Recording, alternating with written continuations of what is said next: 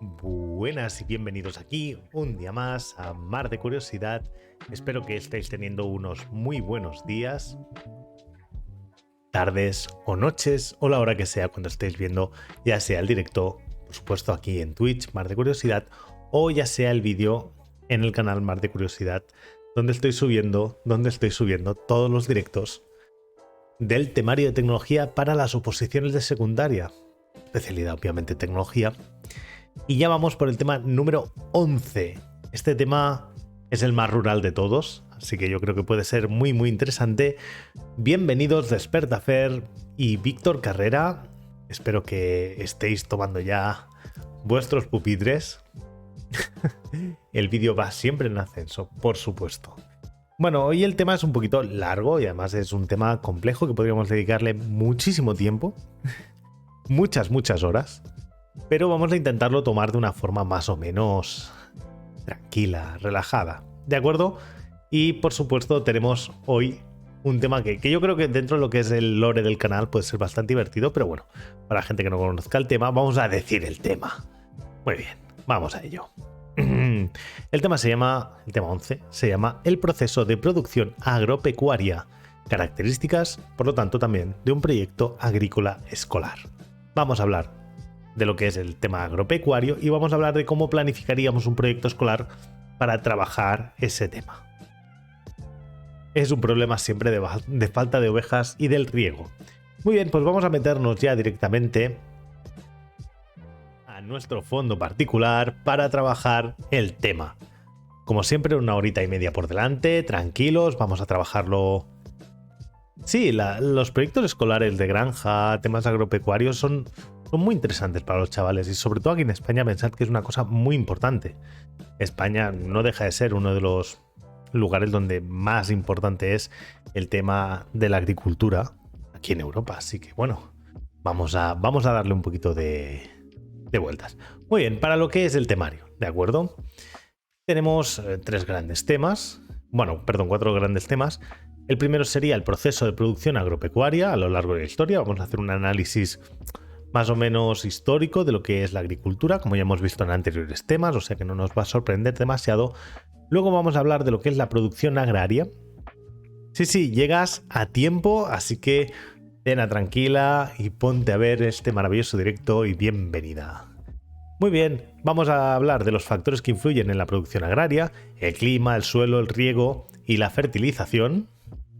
Vamos a hablar de la agricultura biológica, qué es la agricultura biológica, en qué términos se determina qué es agricultura biológica, los cultivos hidropónicos, los principales cultivos y los cultivos de herbáceos, árboles frutales, vitícola y el olivo. Estamos hablando de lo que serían cultivos aquí en España, ¿vale? No vamos a hablar de cultivos a nivel del mundo, porque obviamente cultivos a nivel del mundo, pues a lo mejor el olivo no estaría ahí, estaría la soja. Bueno, muy bien.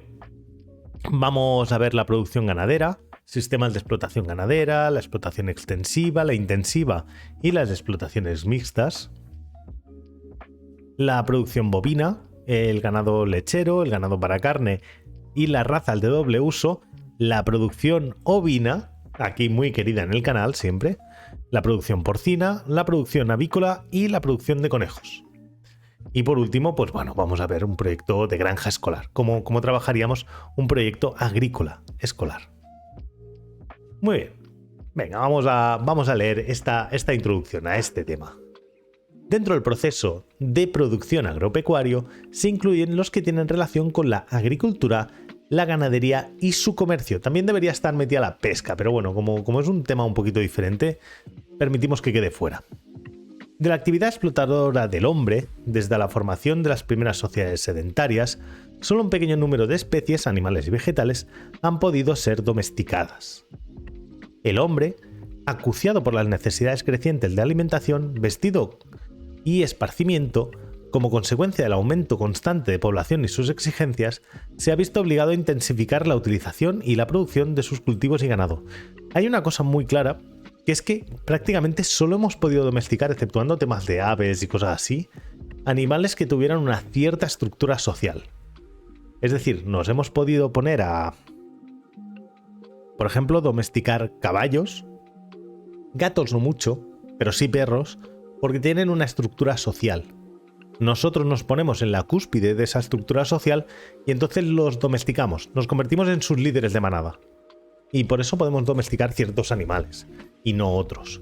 Y con muchos animales tipo ovinos y tal, que tienen estructuras sociales muy rígidas, también podemos hacerlo. Muy bien. Al principio de los esfuerzos se concentraron en aquellas especies que resultaban más productivas en términos de rendimiento y trabajo. Posteriormente, la selección de semillas o de individuos con rasgos morfológicos determinados, es decir, selección no natural sino artificial, ha permitido obtener organismos más productivos. Por ejemplo, los cerdos actuales crecen mucho más rápido y dan mucha más carne por unidad de alimento que los cerdos que había en la antigüedad. Las frutas igual, las frutas de ahora son mucho más grandes que antes. Eugenesia, completamente. Muy bien, de ahí los ensayos en ganadería encaminados a la selección de aquellas razas más interesantes desde el punto de vista económico. Eso se entiende. A lo largo del desarrollo de la agricultura y la ganadería, los pueblos han descubierto el valor alimenticio de plantas y animales salvajes, domesticándolos y criándolos. Es decir, veíamos un animal o una planta salvaje y decíamos, esta planta, este animal sería muy interesante. Los más importantes son los cereales, como el trigo, el arroz, el maíz y el centeno. Los animales de carne, como las ovejas, las vacas, las cabras y los cerdos, las aves, como los pollos, pavos, etc. Y los productos como la leche, el queso, los aceites, etc. Esta sería un poquito el grosso modo de nuestra alimentación. Muy bien, el hombre, acuciado por unas necesidades crecientes de alimentación, como ya hemos dicho antes, se ha visto obligado, vale, esto está repetido ahí arriba. En este tema vamos a revisar los aspectos que influyen en la producción agropecuaria, diferenciando la producción agraria y la producción ganadera. Muy bien, yo creo que esto es una presentación bastante más que completa comparando con otros temas. Así que bueno, vamos a meterle caña. Primero, el proceso de producción agropecuaria a lo largo de la historia. Se inicia la aventura, ya vamos ahí. El término agropecuario tiene relación con dos aspectos relacionados, pero diferentes. Es por ello que lo trataremos de forma separada, ¿no? De agro, agricultura y pecuario hablaríamos de los animales. Bueno, por una parte referida a agro, es decir, agricultura, y por lo tanto y también pecuario, que significa ganadería. Ya está, no tendría más historia. La agricultura es la actividad de gran importancia estratégica como base fundamental para la autosuficiencia. Hay que tener en cuenta que la parte de ganadería sin agricultura no puede existir. Es decir, para poder alimentar esos animales que tenemos o necesitamos de agricultura intensiva. Es por eso que la agricultura es el fundamento base. Sí que es verdad que hay animales que los hacíamos pasturar, los hacíamos que hiciéramos rutas y ocupaban una gran extensión en la cual se tenían que alimentar, pero conforme se ha tenido que hacer no extensivo sino intensivo, hemos podido depender menos de eso. Muy bien. La ciencia que estudia la práctica de la agricultura es la agronomía. El pollito hizo pío.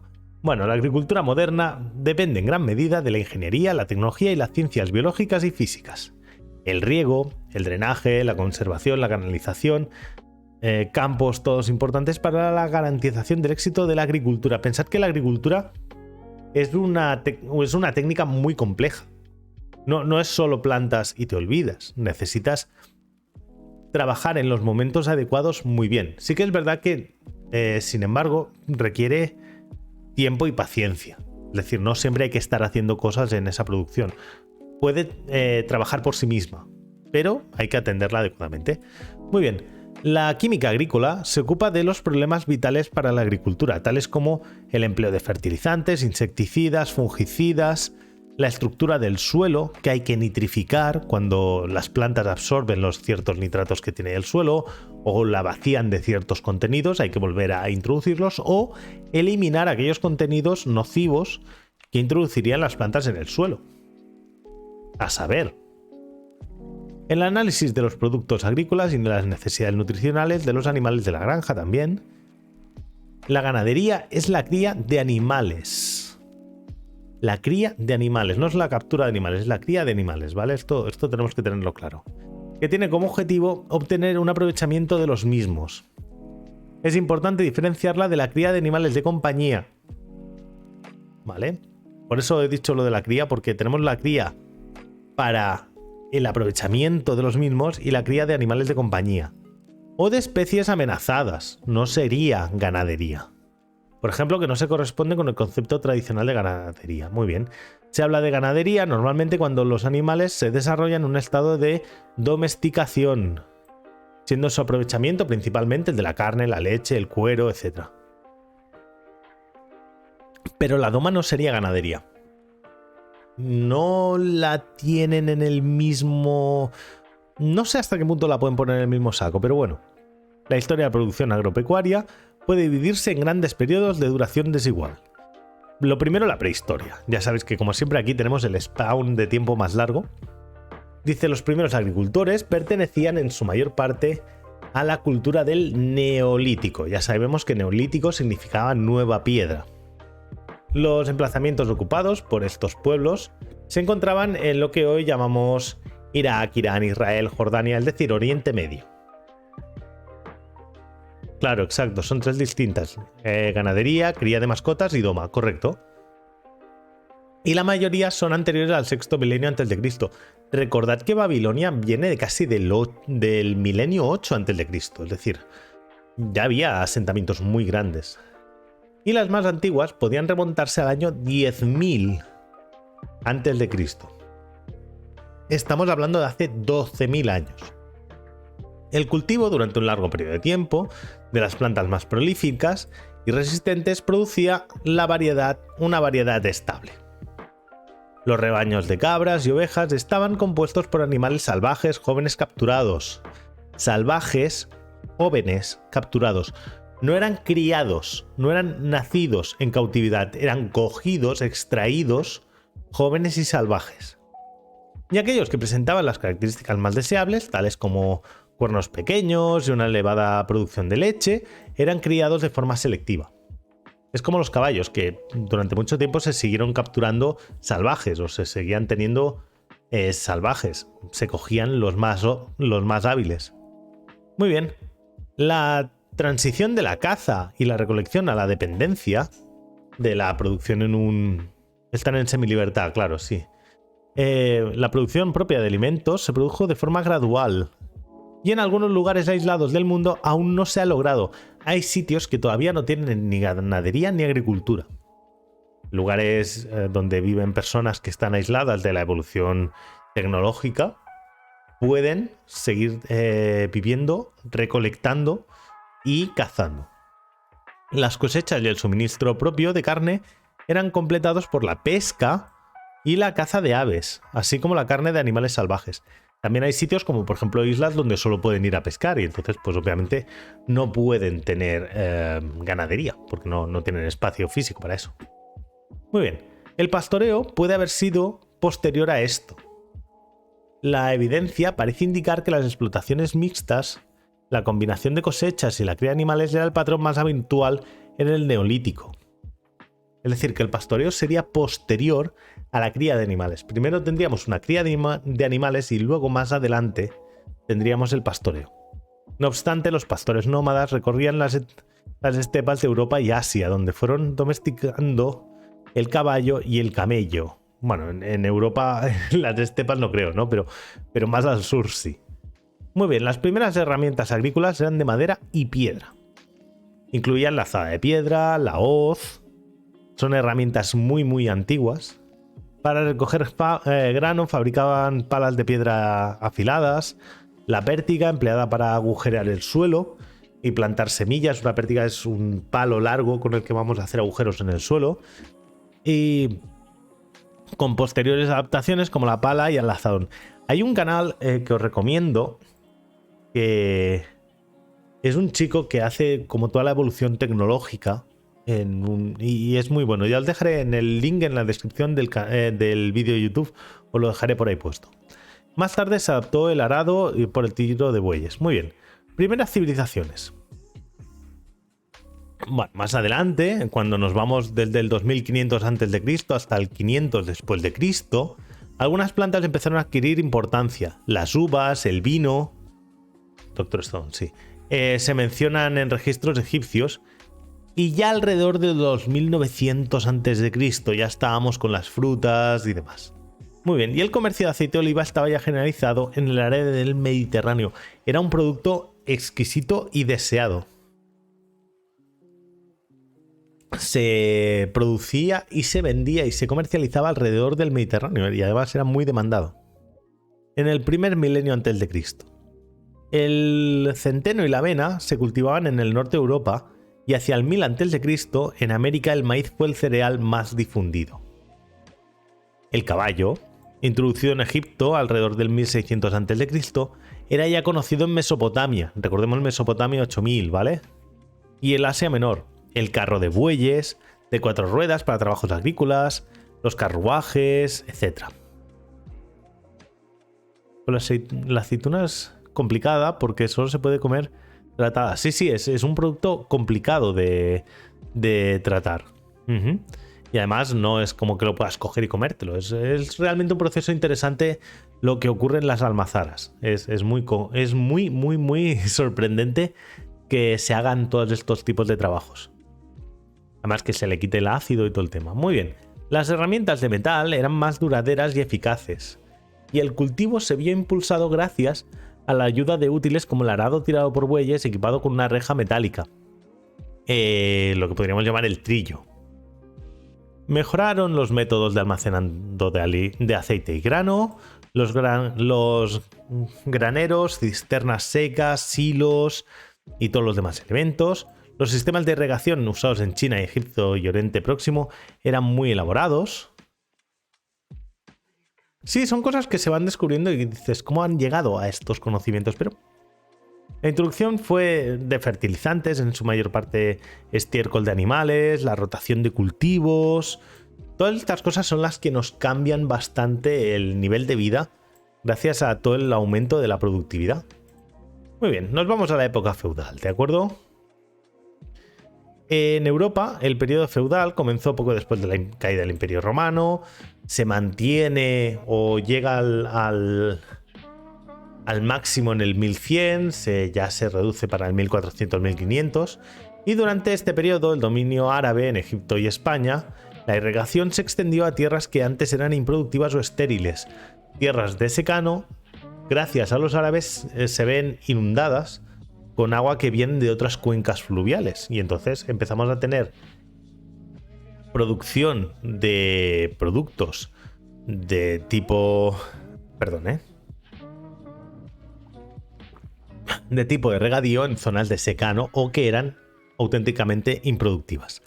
Se producía arroz, caña de azúcar, algodón, verduras como las alcachofas, las espinacas, además de azafrán, que es una especie muy cara, muy demandada incluso a día de hoy. Una especie típicamente española. Se crió el gusano de seda, así como su fuente de alimento, el árbol de la morera, que básicamente lo importamos para poder tener seda. Muy bien.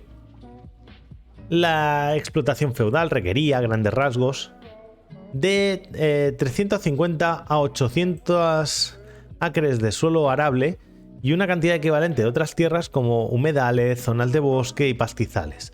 Se trataba de una comunidad típicamente autosuficiente. Recordemos que las experiencias feudales, el concepto feudal, básicamente eran como mini estados aislados que no necesitaban comerciar o que no comerciaban con gente de fuera de su entorno o prácticamente no comerciaban.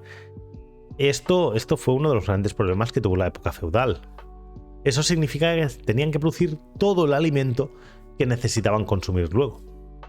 En ella se alzaba la mansión del señor del feudo, un militar o vasallo de la iglesia, de alto rango, a la que a veces se le otorgaba el título de señor o de su administrador.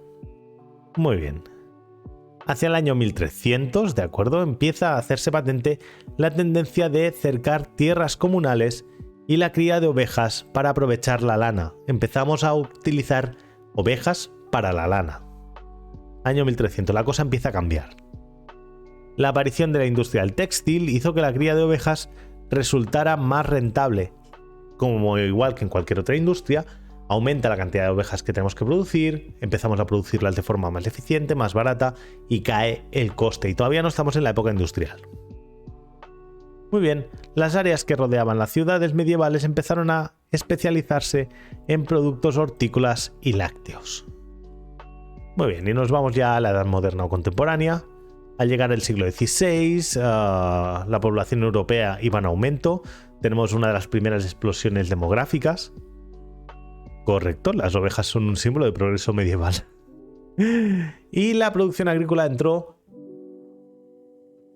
de nuevo en una nueva fase de expansión. Es decir, empiezan a necesitar más y más comida, esas nuevas sociedades que tienen más y más gente.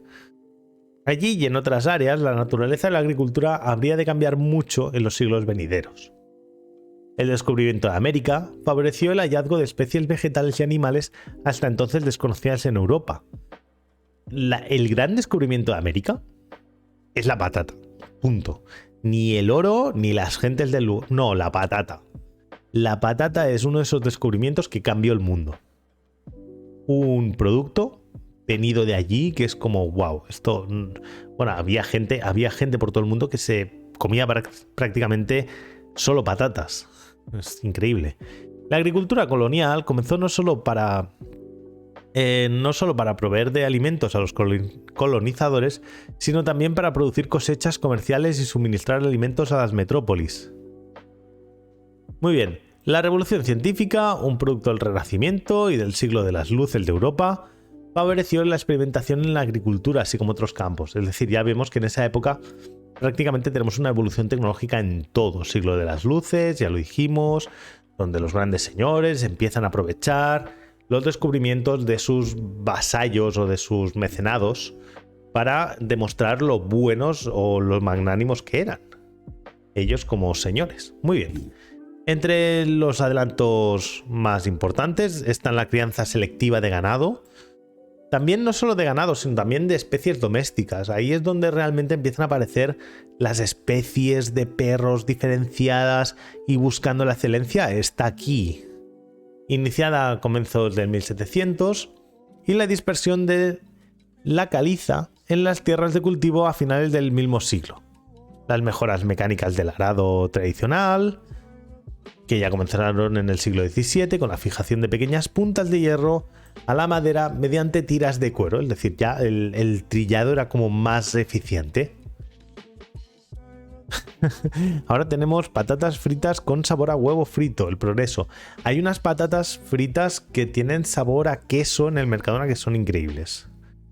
Pero bueno, patata.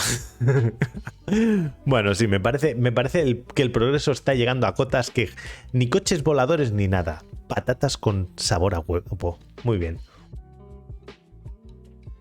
Otros inventos notables incluyen la sembradora desarrollada a comienzos del siglo XVIII, la segadora del 1831, trilladoras, cultivadoras, cortadores de grano y demás. Muy bien.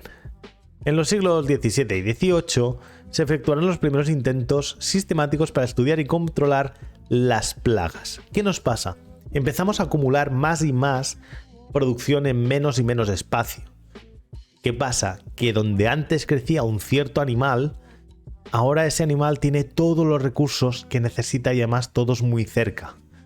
Estamos propiciando las primeras plagas importantes, como cuando la gente empezó a sentarse en lugares concretos en vez de seguir haciendo una vida de nómadas. Empiezan a aparecer las primeras enfermedades así más contagiosas.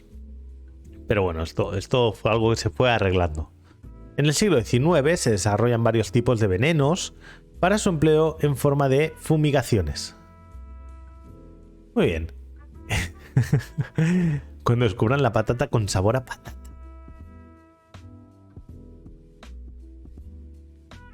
No fueron castigos divinos, fue que había mucha gente en el mismo sitio y una sequía se ve. Hay un documental hablando de cuál podía haber sido, en caso que fueran reales, las 7 plagas, cuál podía haber sido el origen real de esas 7 plagas, y hablaban de una sequía muy fuerte que desencadenó o pudo haber desencadenado todos los procesos que después se narran en esos libros. Porque claro, cuando tú hablas de libros de la antigüedad, libros de este tipo, mitológicos, hay una parte que es ficción, pero otra parte suele estar ligada con algún hecho histórico. Que por eso la gente le tiene miedo, porque eso ha pasado. O creen que podía pasar. Y entonces lo intentaron ligar e intentaron buscar también datos sobre crecidas del Nilo según los años y tal, y encontraron alguna época que podía más o menos encajar con la vida esta del Ramsés, y entonces encajaba. Bueno, y después de este pequeño corte publicitario, en la actualidad la agricultura y la ganadería modernas dependen en gran medida de la ingeniería, la tecnología, las ciencias biológicas y físicas. Y no solo de eso, también del combustible. Dependemos enormemente del combustible. La agricultura ahora consume muchísima energía, cosa que antes no tanto. Muy bien. La mejora vegetal y la genética representan una contribución incalculable en la productividad agrícola. Poder seleccionar qué genes queremos que tengan nuestras plantas es una evolución que está a otro nivel. No tener que dedicarnos a hacer selección natural y poder ir directamente a decir no queremos que haga esto, es un cambio totalmente. La genética además ha contribuido a una base científica en la cría de animales también. Muy bien. La revolución verde de la segunda mitad del siglo XX significó un salto cualitativo en la tecnificación de la agricultura en todo el mundo, basándose en mejoras tecnológicas avanzadas como las semillas de alto rendimiento, que a finales del siglo XX experimentó un nuevo impulso con la biotecnología. Para los que hayáis hecho algo de biotecnología por ahí, señores, bienvenidos.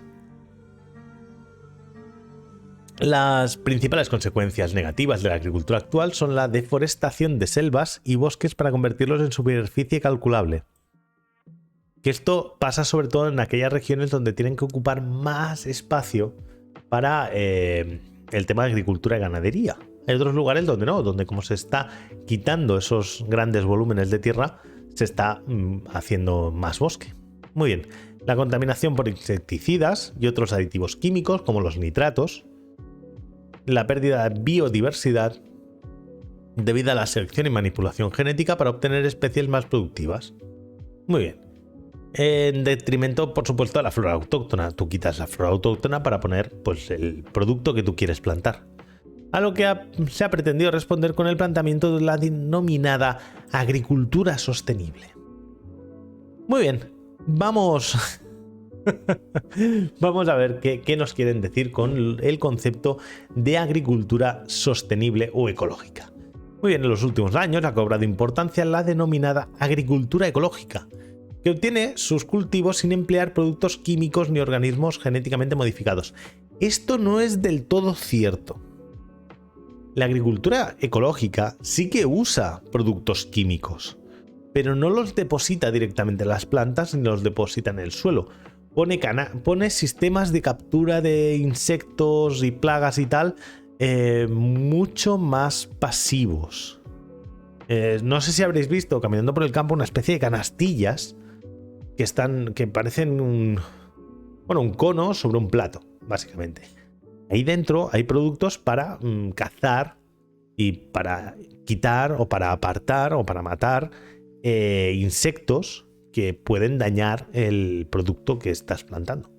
Entonces no se tira fungicida, no se tiran productos en tu árbol, sino que le pones este tipo de materiales. También hacemos más resistentes las plantas para evitar tener que meter fungicida y demás. Muy bien. Asimismo, utiliza métodos y técnicas que respetan las características ecológicas de los lugares. Que básicamente lo que lo que he comentado. En la actualidad, la actividad ganadera continúa teniendo una gran importancia económica. Y tanto, porque seguimos comiendo. Ya que es una de las principales fuentes de alimento del hombre. Además de proporcionarle transporte, trabajo, materias primas como pieles o plumas, que seguimos usando también mucho. Las principales explotaciones ganaderas son el bovino, el porcino, el ovino y el caprino. Y por supuesto el tema de los pollos también. También hay que tener en cuenta el ganado equino, la avicultura y la cunicultura. Muy bien. Dicho esto, yo creo que el repaso histórico ya está, ¿vale? Yo creo que nos hemos plantado desde el Neolítico hasta ahora bastante bien. Ahora vamos a hacer un poquito lo que sería la producción agraria, ¿de acuerdo? Vamos a ver qué es la producción agraria y vamos a ver qué factores influyen en la producción agraria. Vamos bien. Muy bien, vamos a ver los factores que influyen en la producción agraria. Para empezar, tenemos el más claro, que sería el clima. ¿Vale? El clima sería el concepto más claro. Hay un problema cuando hablamos del clima, que muchas veces decimos, no, es que aquí solo llueve, yo qué sé, 5 veces al año, o solo hace mal tiempo 5 veces al año y tal, pero las veces que llueve me graniza y me destroza todo. Es decir, tenemos que ver que sea algo más o menos continuado. No te sirve nada que haga 50 días de buen tiempo si después de las 51 te cae una granizada y pierdes toda la producción. A menos que no te protejas. Pero bueno, el clima es el ambiente constituido por la serie de estados de la atmósfera en un lugar determinado. Estos estados se diferencian por sus valores medios, los valores extremos y la frecuencia o duración de los diferentes elementos climáticos. Muy bien. Mediante la combinación de sus componentes, temperatura, luz, lluvia, viento, etc., el clima intervendrá como factor limitante para el cultivo de algunas especies. Incluso para las que están bien adaptadas al medio, su acción es determinante sobre los rendimientos. En la atmósfera es la capa gaseosa que envuelve la Tierra. ¿De acuerdo? Esto queda claro. A corto plazo es fija y en cuanto a su composición y prácticamente su contenido es constante. Es muy raro que varíe demasiado el contenido atmosférico. Le cuesta mucho, tiene mucha inercia. A largo plazo sufre ligeras variaciones, por ejemplo, del dióxido de carbono, que aumentan unas 7 partículas por millón al año, a consecuencia pues, de las combustiones y las emisiones, básicamente. El anhídrido carbónico, durante el día, pues básicamente lo que habíamos dicho. Las plantas capturarían CO2 con la fotosíntesis para introducirla dentro de su material. Recordemos que las plantas están construidas básicamente de celulosa, que son grandes cadenas de carbono con nitratos. Bueno, con nitrógenos, perdón. Y ese carbono lo obtienen básicamente del aire. Muy bien. La concentración disminuye alcanzando un mínimo a primeras horas de la tarde, que sería cuando las plantas han consumido casi todo lo que pueden, y la orientación de las filas de plantas en dirección paralela a la del viento dominante es útil para renovar la atmósfera en el interior de la vegetación. Esto me ha parecido muy curioso. Es decir, las plantas se tapan entre ellas. Si ponemos las plantas de forma que se tapan demasiado, las que están en el medio de la plantación no pueden hacer bien la fotosíntesis. Les va a faltar aire. Entonces es importante que estén correctamente alineadas para permitir el paso del aire por todas las plantas. Muy bien, el viento. Los efectos del viento sobre las plantas pueden ser muy diversos. Aumenta la evaporación, lo cual necesitarán más agua, pero favorece el recambio de CO2. También altera la forma en la que caen los frutos, cuánto duran las hojas, etc. Y la contaminación atmosférica. Esto lo podemos entender, pues si hay demasiada contaminación atmosférica, seguramente le será más difícil a la planta crecer. Los gases, los humos, las cenizas. Sí, en los bosques todo es más fácil. Es menos eficiente, pero es mucho más fácil. No hay que hacer nada. Los que se encuentran en mayor cantidad son el anhídrido sulfuroso, que surgiría de la combustión de productos que tengan azufre. Buenas, Diodacho, bienvenido. El hidrógeno sulfurado, es decir, hidruros de sulfuro, el ácido fluorhídrico y los óxidos de nitrógeno, los NOx, que saldrían también de combustiones. Muy bien, causan alteraciones en el crecimiento de las plantas y son de muy diversa consideración. Vale, otro factor importantísimo, al menos para las plantas. A lo mejor los hongos no hace falta y hay ahora unos hongos que se cultivan de forma intensiva para intentar sustituir al plástico. Me pareció maravilloso. Muy bien. Todas las manifestaciones climáticas de la atmósfera tienen su causa primero en la energía recibida por la Tierra que viene del Sol. Ya está. Exceptuando volcanes y cosas así, que incluso en última instancia tendrían que ver con la estancia del Sol y las mareas gravitacionales y los movimientos de placas y la subducción del manto y bueno, todos los rollos estos que están por ahí. Casi todo lo que ocurre en la atmósfera viene del Sol. Por A o por B viene del Sol. Muy bien, vamos a hablar del balance energético. La energía luminosa es absorbida por los pigmentos coloríficos gracias a la clorofila, ¿de acuerdo? Que las plantas verdes y es utilizada para la fotosíntesis. Las plantas son verdes y podrían tener otros colores más eficientes, pero bueno, el verde es un bastante buen color para absorber las partes más energéticas del Sol.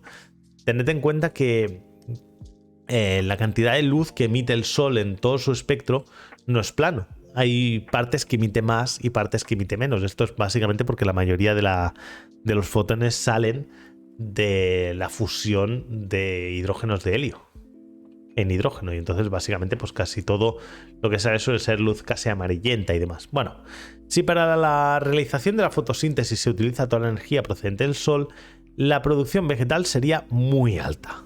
Pero, por una parte, los pigmentos de la fotosíntesis solo absorben las longitudes de onda que están comprimidas entre los 400 y los 700 nanómetros.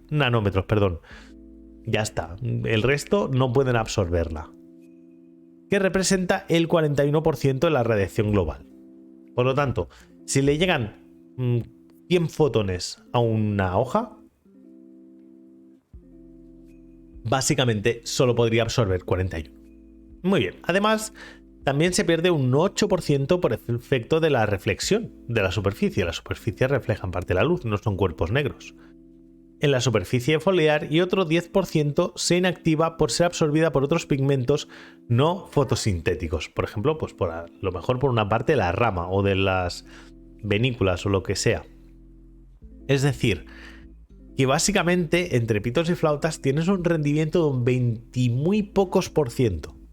Es decir, las plantas son eficientes, pero tampoco tanto. Muy bien. En las plantaciones se procura que las hojas inferiores también reciban un buen nivel de radiación solar y no queden en la sombra por las partes altas. ¿Por qué? Pues porque cuantas más hojas tenga el árbol en recepción de luz, más rápido crecerá, más rápido creará el nuevo producto que nosotros queremos con menos energía. Muy bien. Vamos a hablar del fotoperiodismo, que no tendría nada que ver con la comunicación audiovisual, pero bueno, vamos al lío.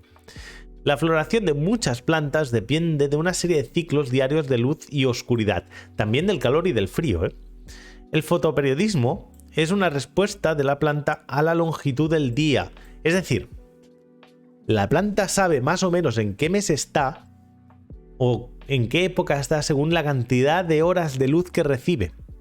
Es decir, si recibe muchas horas de luz, sabe que está en verano. Conforme se van acortando las horas de luz, sabe que se está yendo al otoño-invierno. Dice, si el sol fuese una enana blanca en lugar de una amarilla, ¿las plantas serían de otro color? Es muy posible. O si fuera una gigante roja, también sería posible. Serían otros colores. Ya estamos discriminando eficiencias de plantas, siendo incapaces de metabolizar. Claro, no, es un plántate en el suelo y empieza a hacer la fotosíntesis tú, anda guapo. Pero bueno, es lo que tenemos. El fotoperiodo puede ser regulado artificialmente. Esto es muy, muy potente. Induciendo a las plantas a florecer fuera de estación a fin de adaptarse mejor a las exigencias del mercado. Es decir, podemos obligar a una planta a cambiar su ciclo, cambiando la cantidad de horas de luz que recibe. En ciertos cultivos, sobre todo en invernadero, el control de la longitud del día es una práctica habitual. Si controlamos cuánto duran los días, podemos hacerles lo que queramos. Muy bien, temperatura.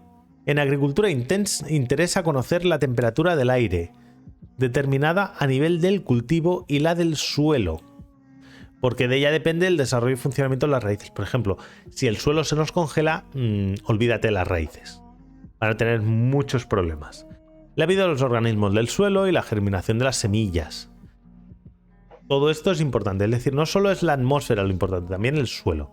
La temperatura de este último depende de varios factores, además de la propia radiación, como el color del suelo, el contenido de humedad, la inclinación, etcétera. Si tenemos un árbol o tenemos una montaña que nos tapa a ciertas horas del día, etcétera. Muy bien, los efectos de la temperatura. Las reacciones biológicas que tienen lugar en las plantas dependen de la temperatura. Por esto, la intensidad en funciones vegetales y microbianas están en relación directa con la temperatura. Fácil de entender. También con los invernaderos pues podemos modificar la temperatura y por lo tanto podemos también modificar estas actuaciones de las plantas. Las temperaturas críticas tienen un efecto negativo sobre la productividad vegetal, tanto el excesivo calor como el excesivo frío. Ah, pues no lo sé. Hostia, tendré que buscar a ver qué es esto. Muy bien. A ver. Muy bien, vamos a ver el agua. El agua también es esencial por las plantas por diversas razones. Sobre todo para poder disociar los elementos que nos vendrían del suelo, ¿vale? Y poder montar los azúcares, las proteínas, los ácidos nucleicos, etcétera, que están hidratadas. Y además el agua participa en un montón de procesos químicos que tienen las plantas. También para la evapotranspiración, ¿de acuerdo? Que hay que tener en cuenta que las plantas transpiran y transpiran una gran cantidad de agua, están expuestas al sol de forma constante. Y como tienen poros por lo que respiran, también se les escapa el agua por ahí. Hay plantas que son mucho más herméticas, como son los cactus y demás, pero hay plantas que transpiran muchísimo. En agricultura, más que la transpiración, es interesante conocer la cantidad de agua perdida por una masa vegetal en un tiempo dado. Es decir, cuánto agua necesita cada hectárea de terreno. Y eso es lo que le vas a dar. Muy bien. Efectos del déficit hídrico. Es decir, ¿qué le pasará a las plantas si nosotros reducimos la cantidad de agua que le introducimos a estas mismas? Espérate. Muy bien. Vale.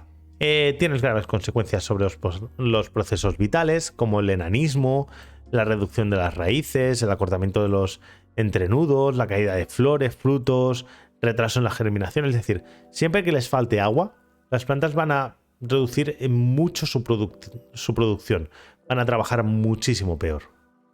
Y el exceso de agua. Vamos a ver el exceso, ¿qué le pasaría? Se produce un insuficiente recambio gaseoso a nivel de las raíces. Tiene demasiado agua.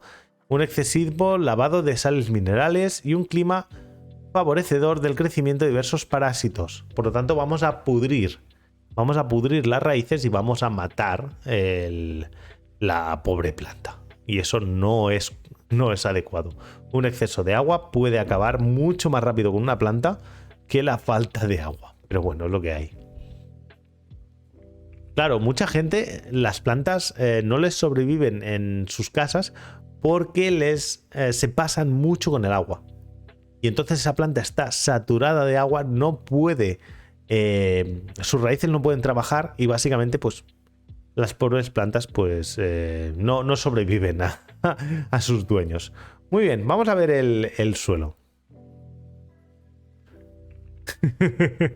Actúa como soporte y fuente de aprovisionamiento de agua y de sales minerales. Me han pasado un GIF muy interesante del tema de la producción ganadera. Muy bien, proviene de la transformación de las rocas bajo los efectos y fenómenos físicos, químicos, biológicos. Y cuando la transformación del suelo se produce por el hombre, se denomina suelo agrario. Es decir, el suelo agrario es algo que hemos fabricado nosotros. El suelo agrario no surge de forma natural. Lo tenemos que hacer nosotros. Si no, no se llama suelo agrario. El agua líquida, mediante procesos de disolución, hidrólisis, hidratación y tal, actúa sobre la formación de minerales secundarios y sobre la estructura del suelo. Muy bien, la acción de seres vivos también es fundamental. Por ejemplo, hasta no hace mucho lo que se introducían eran gusanos en el interior de la zona de donde se iba a conrear, para que oxigenasen el suelo. Hoy en día pues lo que se hace es levantar el suelo con grandes arados. Muy bien, el suelo está formado principalmente por arena, limo, arcilla, caliza y humus. Ya está. No confundáis con el humus del Mercadona. Muy bien, ¿qué es la arena? Pues son partículas muy pequeñas, entre 0,02 y 0,22 milímetros. Más pequeñas que un milímetro, por lo tanto. Compuestas por granos de sílice o partículas calizas sin cohesión entre sí. Y aumenta considerablemente la permeabilidad al aire y al agua. Es decir, cuanta más arena tenga un terreno, más va a perfundir el aire y el agua en el terreno. Fijaos en una playa que a la que llueve, el agua perfunde en la arena. No queda en la superficie de la arena nunca. Se va para abajo muy rápidamente. Muy bien, el limo, formado por partículas de entre 0,02 y 0,02, bueno, 0,002 y 0,02 milímetros, que puede venir de cualquier cosa, ¿vale? Serían ya cosas muchísimo más finas. La arcilla, que es formada por partículas de tamaño inferior a 0,002 milímetros, que son silicatos de aluminio, hidratados, óxidos de hierro, que es lo que da el color rojo. Siempre que veáis una tierra que sea rojiza, es porque tiene hierro. Es decir, todo lo que sea rojizo es porque tiene hierro. La arcilla absorbe bien el agua y retiene buena parte de los elementos nutritivos del suelo. Es la que nos hace de contenedor para todo eso que necesita la planta. Bienvenido, Ancapo. Bienvenido. Muy bien, después tenemos la parte caliza, que es formada por diversas composiciones de carbonatos de calcio. Es un elemento fundamental para la fertilidad del suelo. Muy bien. Y el humus, que es el material resultante de la descomposición de elementos orgánicos. Es decir, el humus sería lo que queda después de que se descomponga una materia orgánica en el suelo. Muy bien. El suelo, según el predominio de los componentes antes descritos, que forman parte de él, se llama arcilloso, arenoso, limoso o suelo franco, cuando los elementos se encuentran en una correcta proporción, ¿vale? Es decir, si es un suelo franco, básicamente lo que pasa es que está correctamente proporcionado, más o menos. Muy bien. La absorción de materia orgánica por el crecimiento de las plantas empobrece el suelo. Eso pasa siempre. Tenéis que tenerlo en cuenta que una planta absorbe parte de esos nutrientes que tenemos en el suelo. Hay plantas que absorben una parte, hay plantas que dejan otra parte, y uno de los trucos que descubrieron en la Edad Media fue la rotación de cultivos. Que tú al rotar los cultivos podías mantener una cierta estabilidad en el contenido químico del suelo. Sí, barbechemos. Muy bien. El laboreo de los suelos, ¿de acuerdo? El conjunto de manipulaciones y características del suelo con el fin de obtener las condiciones más favorables para el cultivo. Siempre hemos de tener en cuenta que esto se suele hacer antes de la plantación. No lo intentéis hacer luego, eso es un desastre. Un suelo compacto no es un hábitat apropiado para recibir una semilla. Por eso normalmente se tiene que remover. Tiene que respirar ese suelo.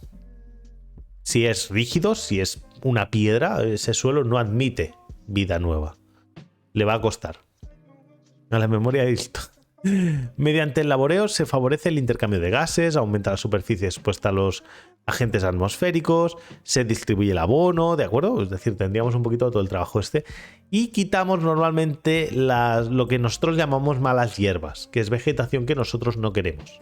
Muy bien, las labores de puesta en cultivo, que es la transformación de un terreno virgen en uno cultivable, es decir, pasar de un terreno que no tenía agricultura a un terreno que ahora sí que va a tener agricultura.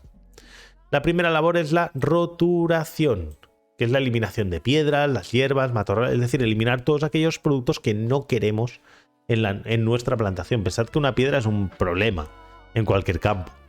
Las piedras grandes suelen ser problemas. Dios. Las labores preparatorias, que sería la labor de arada, que es la operación fundamental en la preparación del terreno y es lo que va a hacer que la cosecha después funcione correctamente. Y nada, y hay diversos métodos, pero básicamente lo que se suele hacer es voltear y mezclar la tierra. Sacar la tierra del fondo, subirla arriba, la de arriba bajarla abajo y dejar que todo esto oxigene. Muy bien. El arado puede pasar de 20 centímetros, que serían arados superficiales, hasta 60 centímetros, medio metro, que sería un arado profundo. Las labores de desfonde alcanzan hasta 130 centímetros de profundidad, 1,5 metros de profundidad. Básicamente eso sería lo más profundo. Y son preparatorias esenciales para poner árboles. Básicamente tenemos que ir mucho más abajo, tenemos que levantar esas piedras que están a 1,5 metros y que luego van a causar problemas a ese árbol que quiere enraizarse correctamente. Muy bien, debe realizarse en el intervalo de tiempo que transcurre entre la cosecha de un cultivo y la siembra del siguiente. Es decir, cuando hemos recogido el material y vamos a depositar nuevo material. Muy bien, labores de renuevo, que sería el laboreo profundo, que constituye la preparación del suelo para cultivos nuevos, que sería renuevo. Y el término proviene de la tradición y significa que renueva el suelo mediante la periódica inversión de los estratos. ¿Vale? Cogemos un estrato inferior, lo subimos arriba, etc. El barbecho, que es lo que comentabais antes, que dice más que una verdadera labor, se trata de una serie de labores, es decir, todo un concepto y línea de labores, ¿vale? Que lo que quieren es que el suelo se mantenga removido, desprovisto de vegetación, ¿de acuerdo? Y lo que hacemos es que este suelo no sea aprovechado durante un año. El suelo lo dejamos respirando durante un año. Este suelo aumenta su grado de fertilidad por su enriquecimiento en agua y mayor cantidad de nitrógeno y fósforo disponibles. Claro que sabéis de campo. Pues lo que pasa es que básicamente te quita tierra productiva durante un año. Esto es un problema que se suele trabajar de otras formas. Muy bien. El rastrilleo, que se hace con la grada o rastrillo, con el objetivo principal de reducir el tamaño de los terrones, ¿vale? Los terrones serían los packs de arena y tierras y limos que actúan como si fueran casi una piedra. No son piedras, pero bueno, hay que destruirlos, hay que romperlos para que las plantas tengan más facilidad y para que se respire mejor el terreno. La extirpación, que consiste en desmenuzar las capas inferiores del suelo arado y llevar a la superficie las malas hierbas, gruesas raíces, raizomas, coger toda esa materia orgánica que no queremos y levantarla, subirla arriba para quitarla, extraerla, retrabajarla, lo que haga falta. El desmenuzamiento, que sería la azada rotativa, que permite obtener el lecho de siembra extremadamente desmenuzado, muy chiquitito, ¿vale? Y nada, lo que sería la labor de cultivo, que es después de todo, ¿no? Que se realiza después de la siembra, como lucha contra las hierbas, ¿vale? Mantenimiento del suelo suelto, optimización del riego y tal. Uno de los efectos más beneficiosos de la aireación del suelo, pues, será el intercambio de gases, mejorando la capacidad nitrificante de las bacterias. Pensad que los nitratos que hay en el suelo no surgen directamente del aire, surge de que las bacterias consiguen coger el nitrógeno del aire y digamos que lo dejan fijado en el suelo. Son las bacterias las que nos fijan el nitrato. Es por eso que es importante oxigenar, lo que llaman oxigenar, airear el suelo. Los aperos más utilizados pueden clasificarse en instrumentos simplemente cortantes, que es la azada, el azadón, el escardillo, el escarciador, el estirpador y demás. Los instrumentos volteadores, que es la pala, el arado. Los instrumentos cortantes y volteadores, que sería la fresadora y el arado de discos. No sé si lo habéis visto alguna vez, un gran tractor que detrás lleva un montón de discos planos, uno al lado del otro, básicamente sería eso. Y los instrumentos especiales, el rulo, el aporcador, el compactador, etc. Muy bien, dicho esto, que ya hemos terminado, nos vamos a el riego. El riego es la aplicación artificial de agua al terreno. Aplicación artificial, es decir, que si llueve no es riego. No sé si me explico, ¿vale? El riego tenemos que hacerlo nosotros. Y bueno, aquí hay una especie de tabla en la que nos representaría, pues más o menos, pues cuánto le meteríamos en metros cúbicos por hectárea cada día. Pues por ejemplo, el trigo, en abril se le meten en 5 metros cúbicos por hectárea, o 5 litros, no, 5 litros, metro cuadrado serían 10.000. 0,5 litros por metro cuadrado, medio litro por metro cuadrado sería esto. 1,5 litros por metro cuadrado, 4,6 litros por metro cuadrado, 3 litros por metro cuadrado, y en agosto y septiembre, que ya estaría agostando el trigo, pues ya no se le mete. La avena, el maíz, el viñedo, fijaos, justo antes de que nos produzcan los productos, la alfalfa, fijaos la cantidad de agua que necesita la alfalfa, es una brutalidad. La patata, en julio, donde necesita un máximo para poder trabajar adecuadamente. Y bueno, vamos a hablar de los tipos de riegos. Muy bien, el riego fertilizante, que son añadidas, el agua aporta sustancias minerales fertilizantes, es decir, vamos a añadir agua con algo más. El riego lixiviante, que lo que hace es eliminar el exceso de sales minerales. Por ejemplo, si son tierras con mucho contenido en sal, cercanas a lo que sería un mar o similar, pues se riega para intentar eliminar esa sal por las zonas muy áridas.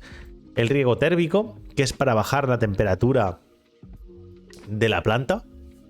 El riego climatizante, que es, bueno, generar una especie nebulosa de agua que mantendrá el clima adecuadamente, se suele usar en invernaderos.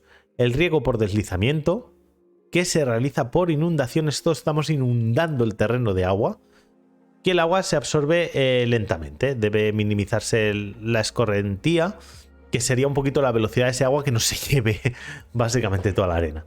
Y los campos deben tener cierta inclinación, claro, para que el agua corra. El riego por aspersión, que es adecuado para suelos porosos, ¿de acuerdo? Donde el sistema por deslizamiento haría inútil una gran cantidad de agua. Es decir, si nosotros tenemos un suelo poroso y nosotros intentamos meterle un riego por deslizamiento, casi todo el agua acabaría al principio del riego, es decir, nos quedaríamos sin agua en nada. Y después tendríamos el riego por goteo, que se basa en la irrigación continua de pequeñas cantidades de agua mediante goteos en tubitos de plástico justo donde necesita el consumo. Correcto. Y en estaciones de trenes también se hace lo del agua en aspersión, eso lo habréis visto, eso se hace. Muy bien, la fertilización. Los elementos necesarios para el crecimiento, desarrollo y producción de los vegetales cultivados son el carbono, el hidrógeno y el oxígeno. Tomamos el agua y el dióxido del aire, y las sales minerales las tomamos del suelo. Podemos usar macronutrientes, que serían los elementos esenciales para el desarrollo de los vegetales. La planta no realiza un ciclo vital completo si carece de alguno de ellos. Es decir, sin macronutrientes, la planta no va a sobrevivir y no va a hacer nada. Bueno, muchos de ellos son el nitrógeno, el fósforo, el potasio, es decir, minerales básicos con los que la planta trabaja. Luego tendremos pues los oligoelementos o micronutrientes, que son elementos que forman parte de la edificación de las células, que no toman parte, de la edificación de las células ni en los tejidos, pero tienen pues funciones reguladoras dentro de lo que es la función vital de la planta y demás. Son el cobre, el manganeso, el boro, el molibdeno. ¿De acuerdo? Tenemos una gran cantidad de productos aquí. Bueno, luego iremos a los abonos minerales. Básicamente son abonos muchas veces sintéticos y demás. Para aumentar la fertilidad del suelo, suele resultar necesario añadir cantidades de nitrógeno, fósforo y potasio, que ya hemos visto que son macronutrientes que necesitan las plantas. Por lo general, un contenido elevado en materia orgánica significa un adecuado contenido en estos elementos.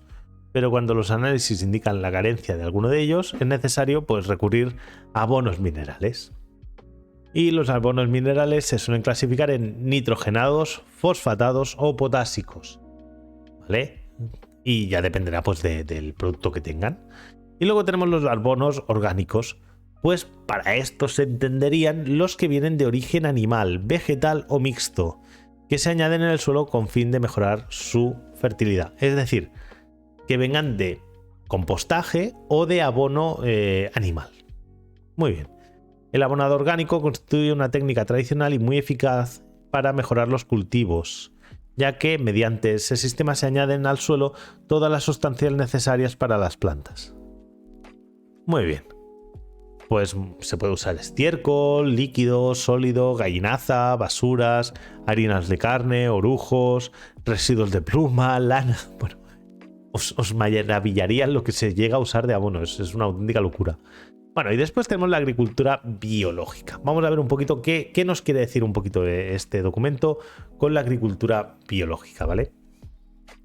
Que es el sistema de producción que rechaza o excluye en gran medida el uso de los fertilizantes sintéticos, los pesticidas, los reguladores de crecimiento y los aditivos para el pienso. Dios. Bueno, en la medida de lo posible recurre a la rotación de los cultivos, los residuos de las cosechas, el estiércol animal y demás se reutiliza, ¿de acuerdo? Y los sistemas de agricultura biológica son muy utilizados en los países subdesarrollados y en vías de desarrollo, curiosamente. En gran medida debido a los problemas económicos y la falta de productos químicos, es decir, no tanto por deseo, sino por necesidad. No obstante, cada vez son más ampliamente aceptados en los países desarrollados. Se ha ido trayendo. La agricultura biológica es conocida con diferentes nombres en diferentes países y los aproximadamente 16 términos que se emplean para hacer referencia a ella incluyen agricultura biológica, agricultura regenerativa, sostenible. Agricultura biológica, sin embargo, es el término más utilizado en Europa, mientras que en Estados Unidos y el Reino Unido prefieren el de orgánica. Es decir, es un producto orgánico, tú ya. ¿Y este tomate qué es? ¿Es plástico qué? Que también sería orgánico, pero bueno. Los problemas fundamentales de este sistema de cultivo se deben a la cantidad de normas y legislaciones diferentes y a la vez exigentes sobre los mismos. Es decir, si tú quieres hacer cultivo ecológico, tú tienes que hacer una cantidad de cosas bastante intensas para poder realizar correctamente ese cultivo y obtener la denominación de ecológico. Si no, no tienes la denominación. Muy bien. Luego tenemos los cultivos hidropónicos, que es el término aplicado para el cultivo de plantas en soluciones de nutrientes, pero que no tienen suelo. Muy bien, el cultivo sin tierra de plantas cultivadas comenzó ya en 1930, como resultado de las técnicas de cultivo empleadas por los fisiólogos vegetales.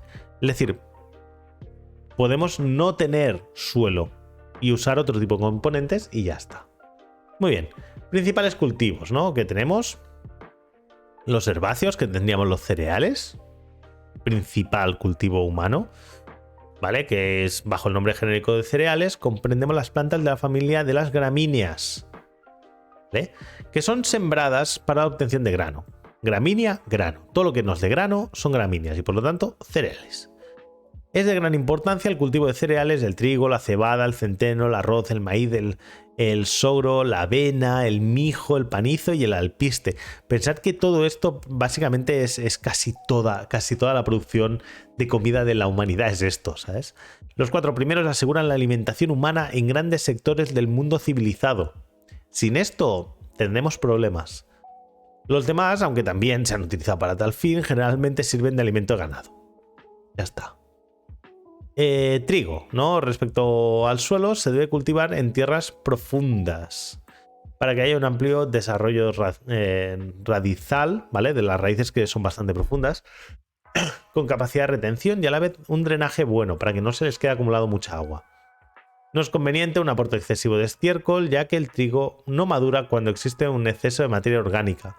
Necesita un suelo pobre en nitrógeno. Es muy demandante, el trigo es muy puñetero. El clima no debe ser demasiado frío en invierno y si llegaran las heladas, el trigo no está muy desarrollado. Estas tienen un efecto beneficioso en el desarrollo de las raíces. Es decir, cuando hiela antes de que las plantas se hayan desarrollado, les ayuda, porque rompe el terreno. Y eso les ayuda, entonces generan mejores raíces. Sin embargo, si es muy adelante en su proceso de crecimiento, les hace mucho daño. Muy bien. Se puede sembrar a voleo, sin conseguir una distribución regular de líneas. A voleo es lanzándolas así, ¿sabes? Lanzando las semillas. Se puede plantar en líneas o empleando sembradores. Se recolecta con la cosechadora autopropulsada y el grano obtenido se puede volver a ser limpiado en limpiadoras de grano. Ya está.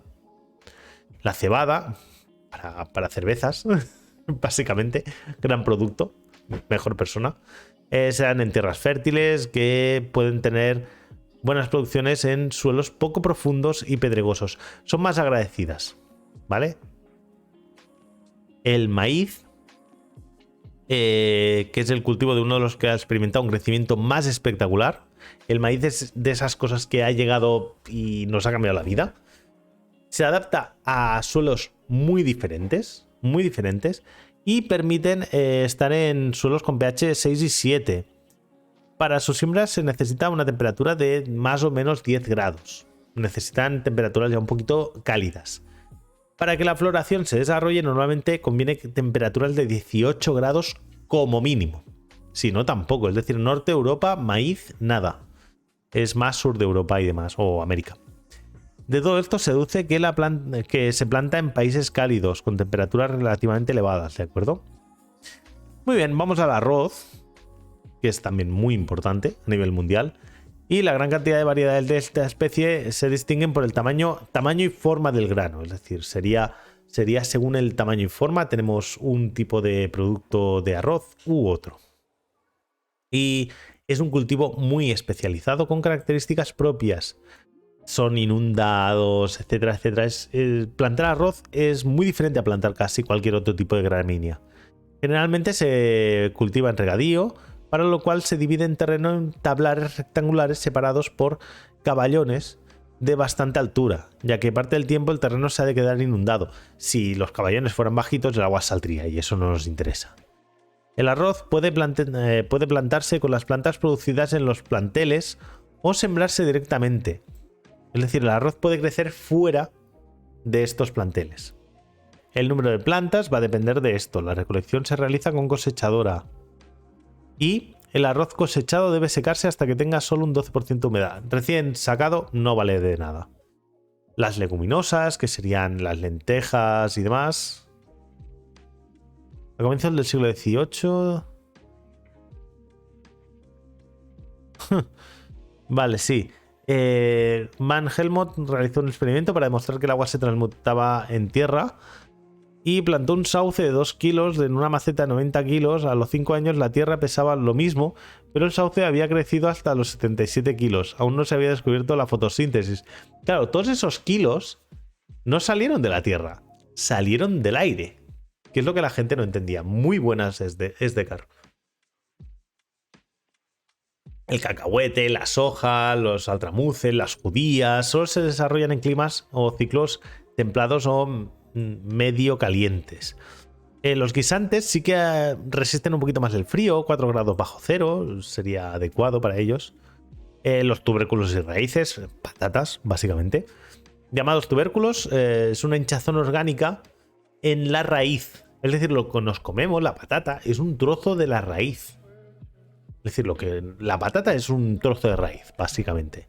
De carácter feculento, que aparece en ciertas plantas como producto de su cultivo y cuya facultad es la de acumular alimentos, fécula, azúcares, etc.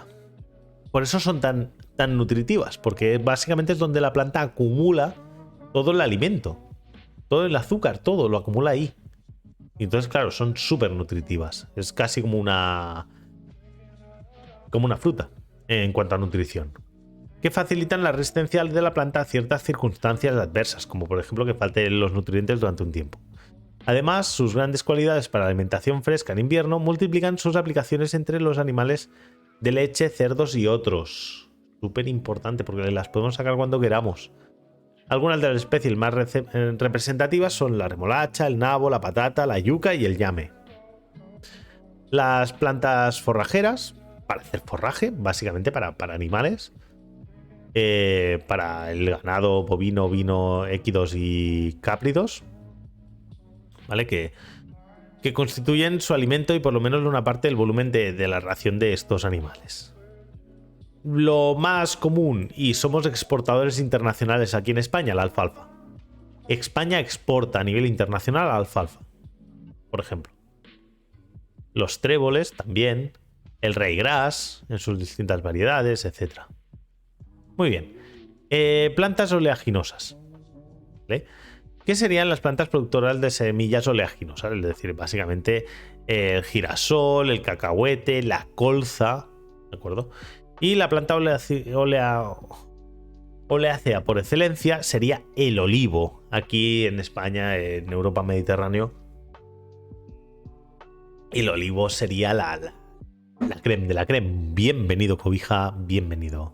Muy bien, tenemos la horticultura también, que sería que tiene por objeto el cultivo de producción de hortalizas, considerado como tales aquellas plantas herbáceas de las cuales una o más partes pueden ser utilizadas como alimento del hombre en su forma natural. Muy bien. Pues ¿qué tendríamos de estas hortalizas? Pues las raíces y tubérculos, que serían la remolacha, la zanahoria, la patata, tal, los bulbos y tallos, el ajo, el apio, demás, las hojas, que serían la col, la celga, la escarola, la lechuga, que son hojas lo que comemos. Y de las flores o frutos o semillas, pues teníamos la cachofa, el pepino, la sandía, el melón, el tomate, etc. Muy bien. Nos vamos ya a los árboles frutales. Muy bien. Bueno, la arboricultura, que ya sería un poquito más complicada, nos permite plantar árboles, arbolillos y arbustos, que comprende actividades distintas como la arboricultura frutal, árboles de fruta. Sí, hoy lo está petando. Hoy en cuanto a espectadores, es una auténtica locura. La viticultura, la olivicultura, la floricultura. Tenemos un poquito de todo, ¿de acuerdo? El injerto, hay que pensar que es una técnica que consiste esto. El injerto, la primera vez que lo vi no me lo creía. Pones un cacho de planta dentro del tallo del tronco de otra, lo atas y esa segunda planta se integra en la primera y crece con propiedades diferentes, llamada patrón, de la que aprovechamos el sistema radicular. Se llama injerto al árbol mejorante, que definirá las características del fruto. Y es una auténtica locura. Entre los árboles frutales más conocidos son el manzano, del que existen infinidad de variedades, el peral, el cerezo, el melocotonero, etc. Muy bien. Viticultura. La vid, básicamente, sería donde sacaríamos las uvas. Exacto, no todas las plantas se injertan igual. Correcto. Vendrían del mar Caspio. Sería el origen de la vid. La facultad de adaptación de la vid es extraordinaria. Realmente es de esos árboles o árbol que plantamos por todo el mundo. En California se plantan, en Australia se plantan, en Asia se plantan, aquí en España se plantan. Muy bien, cobija, coméntame. Y bueno, favorecen el desarrollo de los sarmientos, el cómo ponerlo cuando está en zonas cálidas y demás. El grano, es mejor el grano cuando hace calor que cuando ha habido demasiada agua. Gana en azúcares y por lo tanto se convierte en más fertilizante, más fermentante luego. ¡Ah! Bueno, felicidades. No sabía que se podía hacer eso. No sabía que se podía hacer eso. Me ha parecido curioso. Me ha parecido curioso. Es que me ha parecido curioso que pudiera contestaros. Y yo, hostia, voy a probarlo. Y sí. Bueno, pues mira, me alegro. La vendimia debe realizarse en el momento adecuado para garantizar la calidad del vino. Este momento se determina mediante aparatos científicos e indicios prácticos como el color, el sabor de las uvas. Se puede usar el GPS, se puede usar, bueno, de todo. Hoy en día hay de todo. Muy bien, el olivo. El olivo es un árbol muy longevo, de hasta 10 metros de altura. Su madera dura, densa y vistosa es apreciada para hacer muebles y esculturas. Pero lo principal del olivo es las olivas que nos da. Una maravilla. Las aceitunas, antes de poder madurar, son de color verde negruzco y de sabor muy amargo, y una vez maduras adquieren una coloración negruzca. Su consumo puede ser en verde, como aceituna de mesa, o aceite de cocina o farmacia, cuando el fruto sea maduro. El aceite de oliva, pues sería el jugo oleoso que sale de la... Es más, si cogéis una oliva recién sacada del árbol y la apretáis, veréis que sale un jugo. Eso no está bien, eso no es bueno. Faltaría. Pero pero se puede tomar. Básicamente no es mortal, pero hace falta tratarlo. Muy bien. El jugo oleoso es traído por el prensado en frío de la aceituna. Es de color dorado y verdoso, denso y de aroma perfumado, rico en ácido oleico y pobre en linoico. Hace que disminuyan los niveles de colesterol de baja densidad o malo. Esto hay una película que os la recomiendo, que sería El aceite de la vida, creo que era. El aceite de la vida hablaba de unos padres que estaban intentando curar a un chaval que tenía un problema y básicamente era el exceso de grasas de tipo, bueno, colesterol de tipo malo en el cerebro. Y entonces básicamente para arreglar un poquito su problema lo que hacían era saturarle con colesterol de tipo bueno. Y entonces las proteínas que no paraban de procesar ese colesterol de tipo bajo no podían hacer daño. Es muy curioso. Bueno, muy bien. Se han descrito muchas propiedades dietéticas, contribuye a la regulación de la glucosa en la sangre, disminuye la tensión arterial, regulariza el funcionamiento del aparato circulatorio, etc. No, pasa el enlace si puedes. Pero no creo que los demás puedan verlo. Muy bien. Producción ganadera. Es más, me encantaría poder pasaros todos los enlaces. Lo que pasa es que es una liada, pero bueno. Producción ganadera. Se entiende como ganadería a la cría de animales que tiene como objetivo obtener un aprovechamiento de los mismos. ¿Vale? Muy bien. Para asegurar sus necesidades de alimento, cuero, huesos, etc., el hombre primitivo cazador debía seguir sus migraciones. Claro, tenía que seguir a esos animales que estaban viajando. Hace unos 10.000 años, los seres humanos del Neolítico descubren que capturar animales, domesticarlos y mantenerlos vivos, pues era más rentable que no irlos persiguiendo por toda la estepa. Y nada, les permitía reducir la incertidumbre de cuándo iban a tener animales o no, porque siempre los tenían a buen recaudo. Y en relación con, bueno, y les suponía el hecho de no tener que depender de la caza. Muy bien.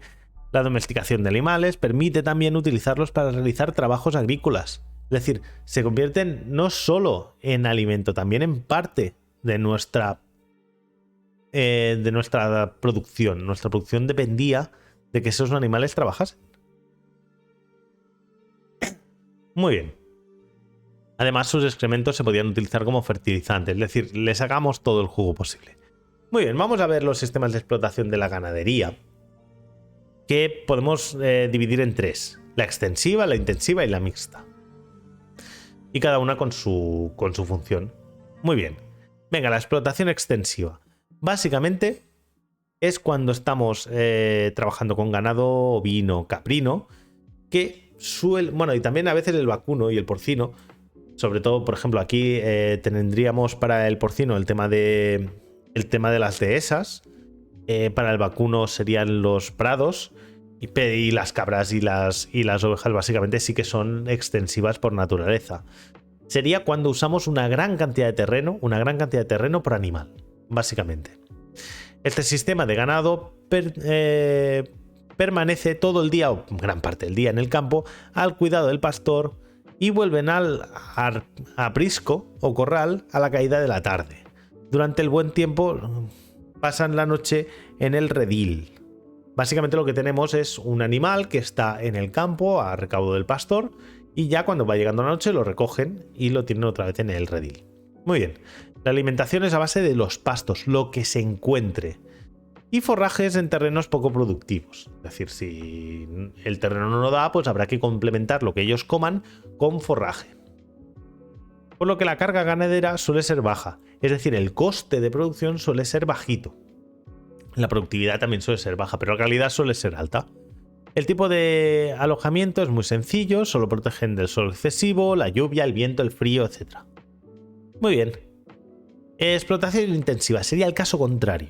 Aquí lo que estamos usando es adaptando al animal al menor espacio posible. Este grupo se incluye el ganado selectivo para una determinada aptitud productiva. Sensible a variaciones fuertes en el medio en el que vive, con un alto nivel productivo, elevada precocidad y obtención de productos de alta calidad comercial. Es decir, por ejemplo, los que van para carne. Los que van para carne van a toda velocidad. Viven muy poco tiempo, todo va muy rápido, cuentan las semanas, cuentan los kilos. Muy bien, el tipo de alimentación es completa y equilibrada, con muchísimo tratamiento, bueno, con muchísimas visitas de lo que serían los... Espérate. El personal sanitario, es decir, los mantienen tan cuidados como pueden porque es muy importante que funcione bien. Muy bien. Los alojamientos están adecuados a las necesidades del ganado, con ambiente confortable para agotar el alto potencial productivo disponible. Equipo muy completo de comederos, bebederos, cadenas de limpieza de estiércol, sala de ordeño, mecanizado. Bueno, básicamente lo que hacen es intentar que todo vaya lo más rápido posible. Hay un canal de YouTube donde hay un tío que lo que hace es arreglar las patas de las vacas que son productoras de leche o de cría y te quedas embobado viendo cómo están tratando las pezuñas de las vacas. Gente con equipos especializados para cuidar las pezuñas de las vacas, porque se suelen hacer daño por su peso. Muy bien, el manejo es complejo y requiere una mano de obra muy especializada. Es que hay gente que hace cosas muy concretas ahí. Esto requiere muchísima especialización. Por medio de una alimentación y reproducción controlada, base de la sanidad preventiva y muy desarrollada para evitar enfermedades en animales sensibles. Si se nos ponen enfermos podemos perder toda la producción y eso puede ser muy grave. Muy bien, y si nos vamos a explotaciones mixtas, pues bueno, tendríamos un poquito lo mejor de cada casa. Intentaríamos tener lo mejor de cada casa. Muy bien. La ración es sensiblemente equilibrada, aunque se suele tirar de comidas más o menos baratas para estos animales. Se puede permitir recuperar, pues bueno, reservas corporales y demás para que tengan una época en la que están fuera, una época en la que están dentro y puedan tener un poquito lo mejor de cada casa. Muy bien. Y ya si nos vamos según el tipo de animal, nos podemos ir a la parte bovina, que serían las vacas, que básicamente distinguiremos tres tipos: las destinadas a la producción de leche, las de carne y aquellas razas que son mixtas para leche y carne. La mayoría de los rebaños destinados a la producción de carne son criados en grandes extensiones de tierra, pero tras el destete los animales jóvenes pueden mantenerse estabulados, es decir, dentro de establos. Las razas de ganado lechero se crían en rebaños relativamente numerosos en condiciones de cría intensiva. La leche se suele hacer para cría intensiva, no extensiva, cerca de grandes centros de población. Sin embargo, el queso, la leche en polvo y otros productos sí que pueden irse a zonas donde las vacas se alimenten con pasto, zonas extensivas y demás. Los registros más antiguos indican que las vacas se empleaban como animales de tiro para obtener leche y carne. Se ofrecían en sacrificio y en algunos casos se utilizaban como elementos de diversión. Las vacas. Súper divertidas, pobres. Bueno, pues nada. El concepto y formulación de las razas se comenzó pues en el Reino Unido, ¿de acuerdo?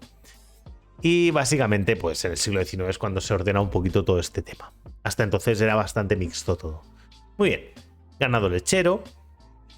La raza más común es la Holstein Friesian, que es la de mayor tamaño. La vaca adulta pesa casi 600 o al menos 675 kilos de vaca. Sí, correr a las vaquillas, es verdad, claro. No había pensado yo en el concepto. La siguiente sería la Brown, la Ayrshire, la Guernsey, la Jersey, que sería la más pequeñita, que pesaría 450 kilos la más pequeña. Fijaos, la diferencia. Y nada, también tenemos diversos colores y demás. Y también, según el tipo de raza, tendremos diversos volúmenes de leche producido y el tipo de composición. Lo que pasa es que, pues no sé.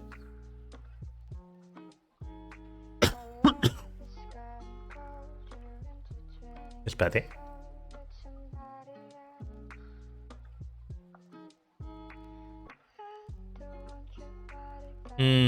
Es buey. No es vaca, es buey. Vedella de Kobe. Buey de Kobe. De la traza Tajima Ushi. Del bovino Wagyu. Una cosa así, es asiático. Es asiático y es de carne solo. Muy bien. Explotación. La vida al aire libre en régimen de pastoreo permanente o semipermanente se practica en aquellas comarcas que disponen de buenos pastos. Obviamente, si no tenemos buenos pastos, no vamos a hacer extensivo. Sin embargo, pues mediante el régimen de estabulación se pretende obtener un incremento de la producción lechera. Es decir, no lo vamos a llevar a pastos si queremos leche. Bueno, la producción de leche depende de 4 factores. El factor genético, clásico. El factor alimenticio, que le estamos dando a la vaca. Ha de ser completa y equilibrada la comida, porque si no, no va a dar suficiente leche. El factor sanitario, que la vaca esté en condiciones, que no tenga problemas, que no tenga enfermedades infectocontagiosas, tuberculosis, cojeras. Por esto lo de las patas. Si la pata cojea, no da leche. Y el factor de manejo, que bueno, que son cómo de cómodo está el animal. Si el animal no está cómodo, no va a dar leche. Cuantos más animales por metro cuadrado haya, si las camas son limpias o no son limpias, si tiene tranquilidad o no. Es decir, la vaca tiene que vivir bien para poder producir. Bueno, para carne, que tendríamos la Hereford, que sería la Reino Unido. Después tendríamos la Hereford sin cuernos, la Angus, la Barhamman, la Charolesa, la Simmental, la Piamontesa, la rubia gallega, que es de color tostado. Esta la he visto. Y el toro de Lidia, que bueno, que ya conocemos el toro de Lidia, básicamente. Bueno, para explotación, pues lo mismo. Pastoreo, de acuerdo, saldrían a extensiones y luego también tendrían establamiento y la estabulación. Bueno, las razas de doble uso, que serían la pardo alpina, la normanda, la bagma, la red descornada, la red Dane, la Milking Shortnon y la Pinzgauer, que creo que es alemana. Nos ha faltado la que tú has comentado, la Kobe. No está la Kobe, pero bueno. Y nada, nos vamos a la producción ovina. Vamos por fin a las ovejas después de 1 hora y media casi. Y nada, las ovejas se crían para la obtención de lana y carne, cordero y carnero, en menor medida, y también para la producción de leche. Se suelen dividir en 3 grandes categorías, según que la lana sea fina, de grosor medio o espesa. Y nada, aparecen en Asia hace 11.000 años. No, barata no es precisamente porque se produce poco. Yo, por ejemplo, el queso de Burgos que me compré es de oveja y era espectacular, pero espectacular, eso sí, carísimo. Las cabras fueron domesticadas por primera vez en la misma región que las ovejas y para los mismos usos, pero 1500 años más tarde, supongo cuando se pusieron a escalar montañas. Las ovejas criadas para producir lana suponen casi la mitad de la población mundial de ganado ovino. Es decir, casi la mitad para la lana. Muy bien, esta raza tiene su origen en Asia, donde pasó a África para llegar después a España con la civilización romana. Es decir, cuando nos llegan las ovejas por primera vez son con los romanos. Con el paso de los siglos, su área de distribución disminuyó hasta quedar restringida a la península ibérica. Es decir, se fue quitando el tema de las ovejas. Es decir, son nuestras, son muy nuestras. Un motivo más para celebrar las ovejas, como símbolo español. O ibérico. Muy bien. La raza merina, ya sabéis el tema de no confundan las churras con las merinas, viene de aquí. Ha sido introducida en numerosos países, aunque se ha ido modificando y adaptando a las diferentes condiciones del nuevo entorno. Muy bien. Las ovejas de lana de mutón producen una lana de longitud media o larga. Y tenemos aquí los diversos nombres. Hay otras razas de ovejas similares de las anteriores, pero sí, bueno, pero tiene sus temas. Pero con la cola corta, que producen una lana de longitud media y se encuentran sobre todo en Escandinavia. Se caracterizan por su elevada tasa de reproducción. Y otras razas de ovejas se distinguen por la capacidad de almacenar grandes cantidades de grasa en la cola y en la región de la grupa. Se crían sobre todo para la producción de leche. ¿Vale? Es decir, estos animales, si pueden acumular grasa, pueden producir leche adecuadamente. Muy bien. La explotación, pues nada, su cría tiene muchísimos tipos de producción. La elección de un sistema u otro, pues vendrá según el entorno y a qué esté destinada la raza. La forma extensiva de explotación es característica del ganado ovino. En ella los rebaños son alimentados aprovechando los recursos naturales, por lo tanto consumos bajos. Ello obliga en ocasiones a trasladarlos a grandes distancias con el fin de disponer de alimento suficiente. Es lo que se llama la transhumancia.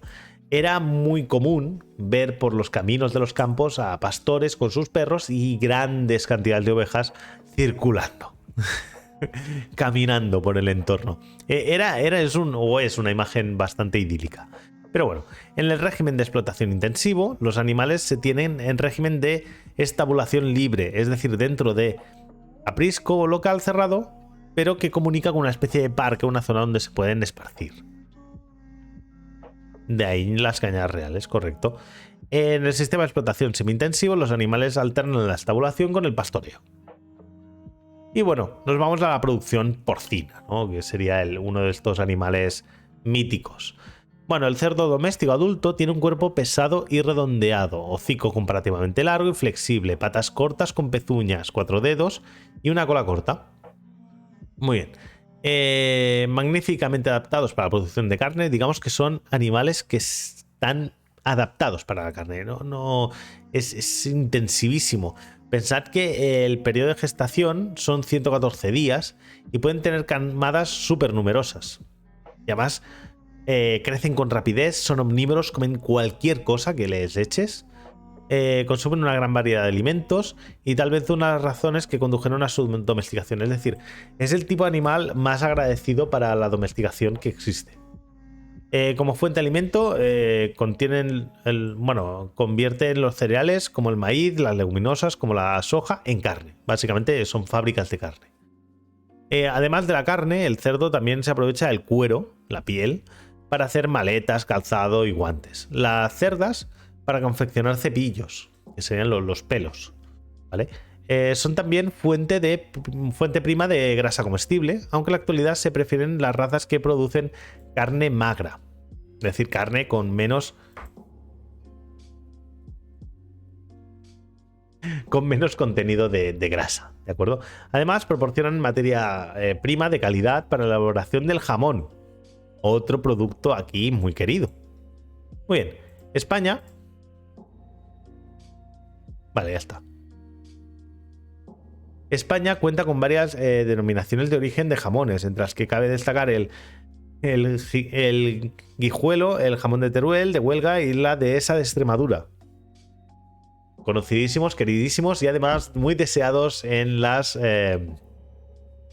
que serían los botes de Navidad de la gente. Bueno, los diferentes tipos de cerdos reflejan el uso principal para el que ha sido concebido. Las principales razas difieren en su ritmo de crecimiento, básicamente. El cerdo ibérico es una raza española que se originó como consecuencia del cruce de la raza Sus Scrophafernus y el Sus Mediterraneus, básicamente. Bueno, y en la explotación, pues nada, se pueden conseguir animales de 180 kilos al año y medio de edad, es decir, un año y medio, 180 kilos de bicho, enorme, es un bicharraco. Pero los productos obtenidos son muy apreciados y de un alto valor culinario. Pueden haber granjas de selección, granjas de reproducción y granjas de cebo, es decir, donde vamos a seleccionar los animales para la mejora, donde vamos a reproducirlos de forma intensiva y donde se van a cebar para que lleguen al kilo deseado y poder consumir su carne. El cerdo se logra el desarrollo por la transformación de los alimentos en tejido óseo, tejido muscular y grasa. Las relaciones cuantitativas entre estos tres factores dependen de la edad, el peso y el peso vivo del animal. Son rapidísimos en el crecimiento. Sí, son animales muy potentes en muchísimos aspectos. Lo que pasa es que, bueno, para nosotros son muy útiles como animal de granja. Pero, por ejemplo, como animal trufero o como animal de compañía son muy deseados en muchos sitios. Lo que pasa es que, claro, también son animales muy grandes, muy pesados, peligrosos, por supuesto, claro. Un animal de 180 kilos te puede poner en un aprieto. Bueno, la producción avícola. Se denominan aves de corral cualquier tipo de ave que se cría por su carne, sus huevos o sus plumas. La de corral, pues sería la gallina, por excelencia. Pues nada, ¿cómo se explota, no? Pues básicamente suele ser de tipo intensivo, en general de tipo pesado, que cumplen. Y nada, y en un ciclo de reproducción muy corto, de 7-8 semanas. En 7-8 semanas, pum, ya tienen los bichos. Y alcanzan pesos que oscilan entre el 1,8 y los 2 kilos. La exigencia del mercado de cada aviar obliga a producir animales de peso escaso, tiernos y de carne blanca. Es decir, no, yo he tomado un gallo de 6-7 kilos y no es lo que tú compras en lo de la carne, porque el animal que aparece ahí es muy tierno, es muy joven. En la producción de huevos para el consumo se realizan estirpes de aves muy seleccionadas que, pudiendo ser gallinas de tipo ligero, ponen huevos con cáscara blanca o de tipo semipesado que ponen huevos morenos. Los huevos lógicamente no están fecundados, pero y se valoran más o menos según una serie de características, pues el tamaño de yema, el color, etc. Los pollos tienen un problema en la cría. De pequeños se mueren de frío y de grandes se mueren de calor, correcto. Sí, eso es correcto. De pequeños es lo que pasa con los animales de sangre fría, que no tienen capacidad de regulación térmica. Muy bien. Vamos a los conejos. Básicamente dan las características de estos animales en cuanto a precocidad sexual, su alta fecundidad, su breve ciclo reproductivo, lo rápido que se extienden. Básicamente son unos animales perfectos para obtener carne, piel y pelo.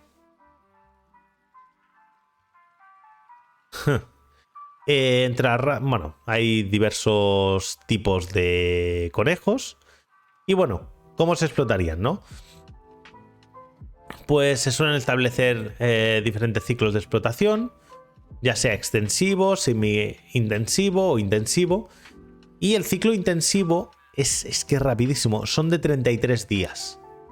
Un ciclo intensivo son 33 días. El destete es a los 28 días y presenta el inconveniente de aumentar la mortalidad de los gazapos.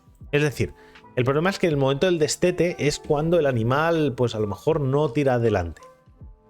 Y pensar que el ciclo son 33 días, es súper rapidísimo. Para la producción de carne se ha determinado que el momento más óptimo para cogerlo es cuando está entre 2 kilos y 2,8 kilos. ¿Qué sucede eso a las 8 o 10 semanas de vida? Son 80-70 días máximo 70 días. A partir de ese momento el animal empieza a acumular grasa, con lo cual no es deseable y el índice de conversión empeora. Es decir, le tienes que meter más dinero y lo único que te está saliendo es grasa de conejo.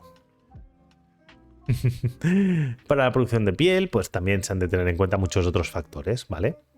Es aconsejable que el ambiente circule en corrientes de aire, ya que estimulará el crecimiento del pelo, porque si no se van a quedar bastante lisos. Bueno, muy bien. Para hablar un poquito de un proyecto agrícola escolar, vamos a darle una pequeña pasada a esto. Los centros docentes suelen disponer de terreno adecuado para poder realizar experimentos agrícolas con el alumnado. Suele haber un pequeño patio, que es importante para aprovecharlo. A menudo se conoce como el huerto escolar. Suele ser algo muy típico que las escuelas tengan una parte que sea el huerto escolar. Consiste en un pequeño espacio al aire libre, con tierra apropiada y con instalación para el riego. No debemos dejar pasar la oportunidad de experimentar con alguno de los cursos una actividad agrícola que, si se plantea adecuadamente, seguro que resultará enriquecedora y motivadora. Con carácter general y a modo de ejemplo, con un proyecto agrícola se pueden señalar los siguientes objetivos curriculares. Pues conocer que durante el cultivo de un vegetal transcurren etapas bien diferenciadas. Esto es lo típico que hacen con lo de la semilla, introducir la semilla en un pañito humedecido para ver cómo crece y demás. Aprender las diferentes etapas de cultivo más importantes, pues ver qué les afecta. Enriquecer el vocabulario técnico, conocer qué significa, por ejemplo, el barbecho. Conocer y utilizar las principales herramientas empleadas y cómo se usan. Reconocer la importancia de estas labores para la sociedad. Despertar el interés por los cultivos y los alimentos biológicos, que eso también es una cosa que intentamos promocionar. Y promover y desarrollar el trabajo en equipo.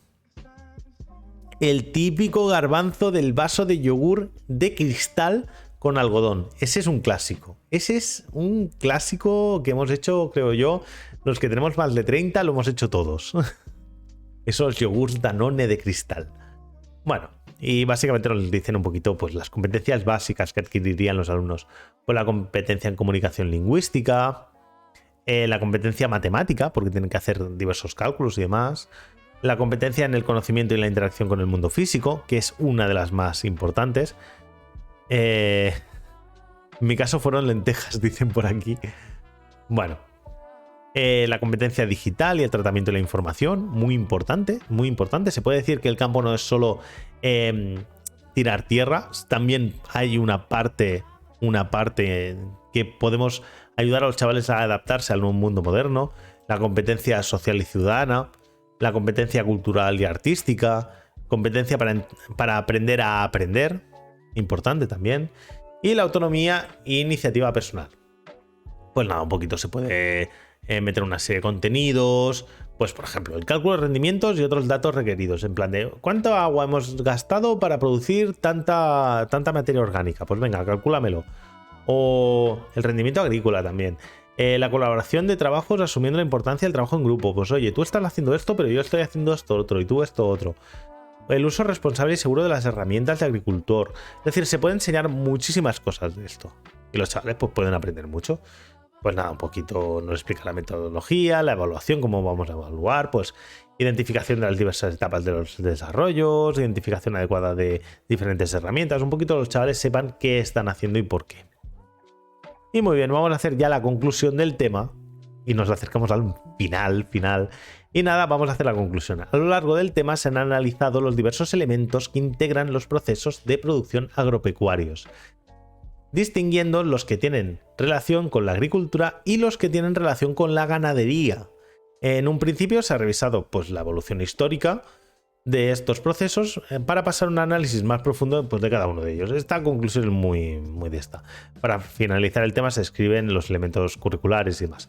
Esta conclusión me parece muy vacía. La conclusión sería decir, por ejemplo, creo yo, cómo de importante es la agricultura y la ganadería en todos los países, incluyendo los países desarrollados, que no debemos dejar pasar la oportunidad de mejorar los procesos productivos actuales de la agricultura, que hay un proceso transformador que sería la aparición de la agricultura ecológica como agricultura deseada, no solo por los consumidores, sino también por los países, y por lo tanto también la adaptación de las nuevas tecnologías a la agricultura y la ganadería. Pero bueno, yo creo que aquí ha sido muy conservador en cuanto al tema de la conclusión.